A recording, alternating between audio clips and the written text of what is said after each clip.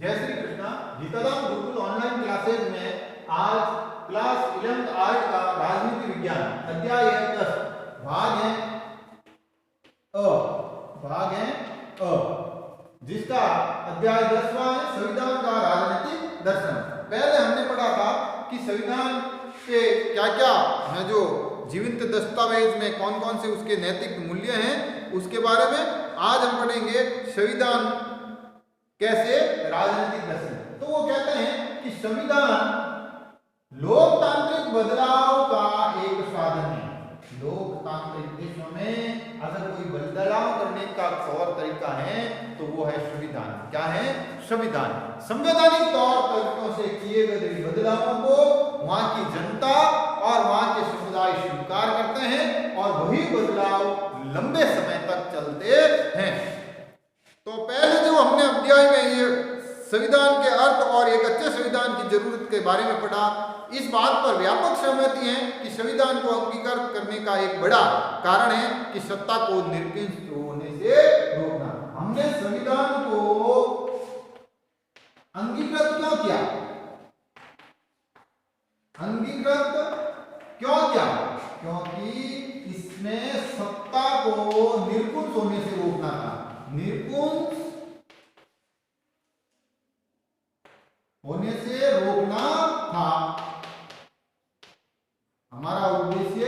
या भारतीय जनता का या संविधान को ये शक्ति इसलिए दे दी कि संविधान में जो सत्ता है, कोई सी भी तरह की सत्ता है, वो निरपेक्ष होने से रोके। आधुनिक राज्य अति की हद तक ताकतवर हैं। वर्तमान समय में क्या? वर्तमान समय में राज्य अति शक्तिशाली है। क्या है? अति शक्तिशाली है। और इस जो राज्य को धारण करता है, इस राज्य की सत्ता को जो धारण करता है, कहीं वो निरंकुश न हो जाए या उसकी जो अतिवादी शक्तियां हैं राज्य को हास का कारण न बने, इसलिए उसको रोकना भी जरूरी है। बल प्रयोग और दंड शक्ति पर राज्य का एकाधिकार माना जाता है। अगर वर्तमान समय में दंड प्रयोग दंड प्रयोग और बल शक्ति का प्रयोग राज्य द्वारा किया जाता है। किसके द्वारा किया जाता है? राज्य द्वारा।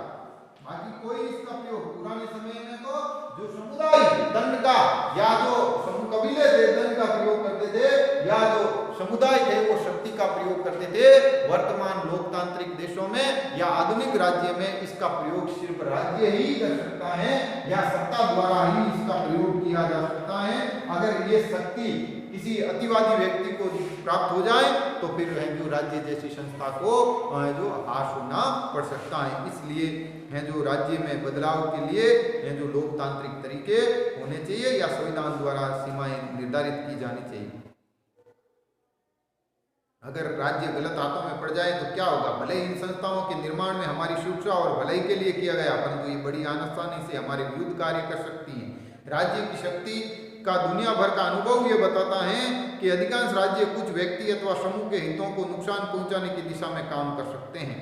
जिनको सत्ता प्राप्त होती है वो व्यक्ति या तो किसी व्यक्तियों के या व्यक्तियों के समूह को है जो या तो फिर लाभ पहुंचाने का कार्य करेंगे या फिर व्यक्तियों और समूह को कोई खतरा उत्पन्न करेंगे। जैसे सद्दाम हुसैन के पास ईरान इराक में सत्ता आई तो उसने एक समुदाय विशेष कुर्द लोगों के नरसंहार का कार्य कर दिया। इसी तरह हिटलर ने यहूदियों का कार्य किया था। ये जो तौर तरीके हैं तो इससे राज्य की सत्ताएं प्रभावित होती हैं। अगर ऐसा है तो हमें सत्ता के खेल के नियमों को पूरी तरह सही बनाना चाहिए कि राज्य की प्रवृत्ति पर अंकुश लगे। संविधान ये बुनियादी नियम प्रदान करता है कि राज्यों को निरंकुश बनाने से रोकना है और संविधान हमें गहरे सामाजिक बदलाव के लिए शांतिपूर्ण लोकतांत्रिक साधन भी प्राप्त करता है। इन सब के अतिरिक्त औपनिवेशिक दास्ता में रह रहे लोगों के लिए संविधान राजनीतिक आत्मनिर्णय का उद्घोषण है और इसका पहला वास्तविक अनुभव भी है। जवाहरलाल नेहरू ने भी दोनों बातों को अच्छी तरह समझाया। उनका कहना था कि संविधान की मांग पूर्ण आत्मनिर्णय की सामूहिक मांग का प्रतिरूप है। यानी जो भारत में संविधान की मांग थी, ये संविधान की मांग आत्म आत्मनिर्णय की मांग है। क्या है? आत्मनिर्णय की मांग है।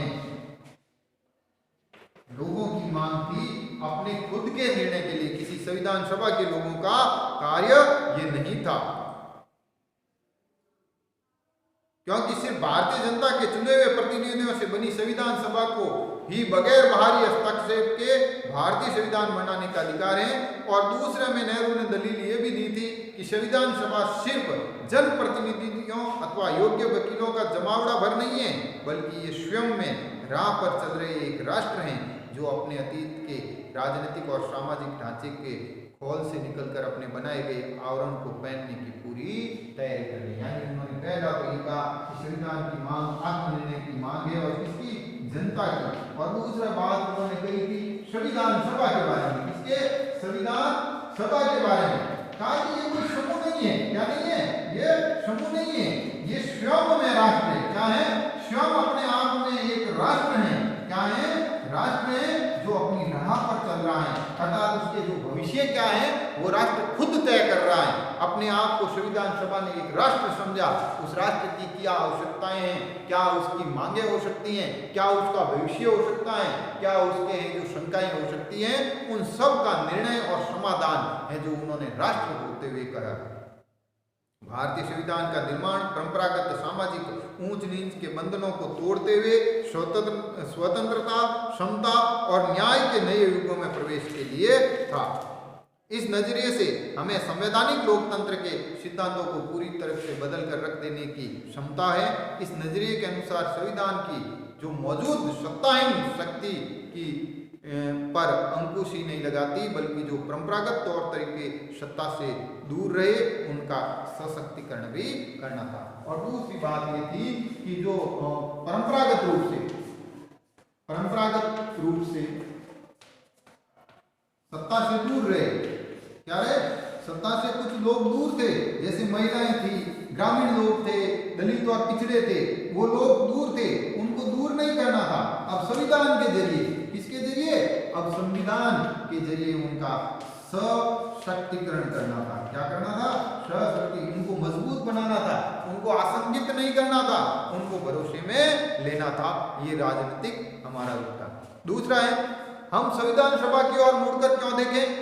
जो संविधान सभा ने हमारा संविधान बनाया, संविधान सभा ने जो हमारा संविधान बनाया है, हम बार बार उसका दोषारोपण करते हैं। अगर कोई कमी पेशी आती है, कोई व्यवधान आता है, कोई संवैधानिक संकट आता है, कोई नई बात हमारे सामने आती है, तो हम संविधान सभा की ओर मुड़कर देखते हैं। संविधान सभा की ओर मुड़कर क्यों देखें? इसका मतलब यह है कि संविधान सभा की ओर हर बात के लिए संविधान सभा को जिम्मेदार नहीं ठहराया जा सकता है। संविधान सभा ने संविधान को खुद को इतना सक्षम बनाया है कि अगर आज वर्तमान परिदृश्य में हमें किसी चीज की आवश्यकता है, कोई कमी पेशी है, तो हम उसको संविधान को बदल कर तैयार कर सकते हैं, अपने अनुरूप उस संविधान को बना सकते हैं। पीछे मुड़कर और अपने अतीत को इससे बांध कर क्यों रखें? कानून और राजनीतिक विचारों के इतिहासों के लिए ये बात ठीक हो सकती है कि वह पीछे मुड़कर देखें कि कानून और राजनीतिक विचारों का आधार कहाँ छुपा है, किंतु राजनीति के विद्यार्थियों के लिए संविधान निर्माताओं के सरोकार और मंशा को जानना क्यों जरूरी है?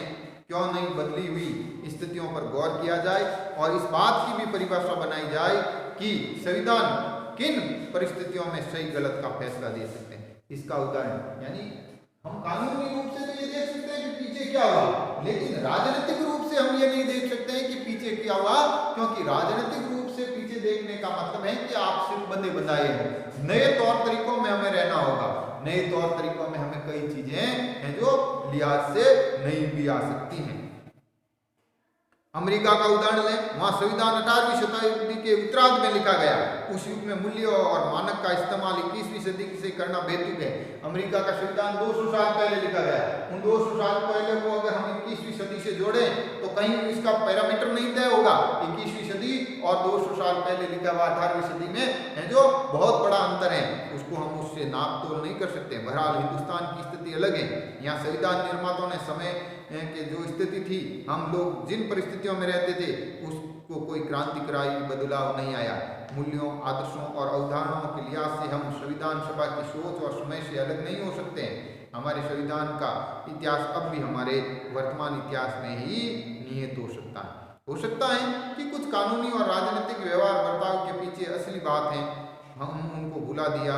कालक्रम ने हमें स्वाभाविक मान लिया। हमारे बहुत से कानूनी और राजनीतिक व्यवहारों के पीछे जो असली बात है वह पृष्ठभूमि में चली गई हो या हमारी चेतना के पर्दे में उतर गई हो। भले ही वह बात हमारे व्यवहार और बर्ताव में से बुनियाद की स्वीकार की गई हो, लेकिन जब तक सब कुछ ठीक ठाक चलता रहे तब तक भूले रहना हानिकारक नहीं होता है। लेकिन जब संवैधानिक व्यवहार और बर्ताव को चुनौती मिलती है, खतरे मंडराते हैं, उपेक्षा हो जाती है, तब इन बातों की पकड़ बनाए रखना जरूरी हो जाता है कि इन व्यवहारगत बर्तावों के मूल्यों और अर्थों को समझने के लिए संविधान सभा की बहसों की ओर मुड़कर कहाँ देखना चाहिए, और उसके सिवा हमारे पास कोई चारा भी नहीं है। संभव है इस क्रम में हम पीछे यानी अपनी औपनिवेशिक भारत में जाकर पहचान पड़ताल करनी चाहिए। इसलिए संविधान के मूल में निहित राजनीतिक दर्शन को बार बार याद करना और उसे टटोलना हमारे लिए जरूरी है। इसी तरह हम कल पढ़ेंगे संविधान का राजनीतिक दर्शन क्या है। धन्यवाद।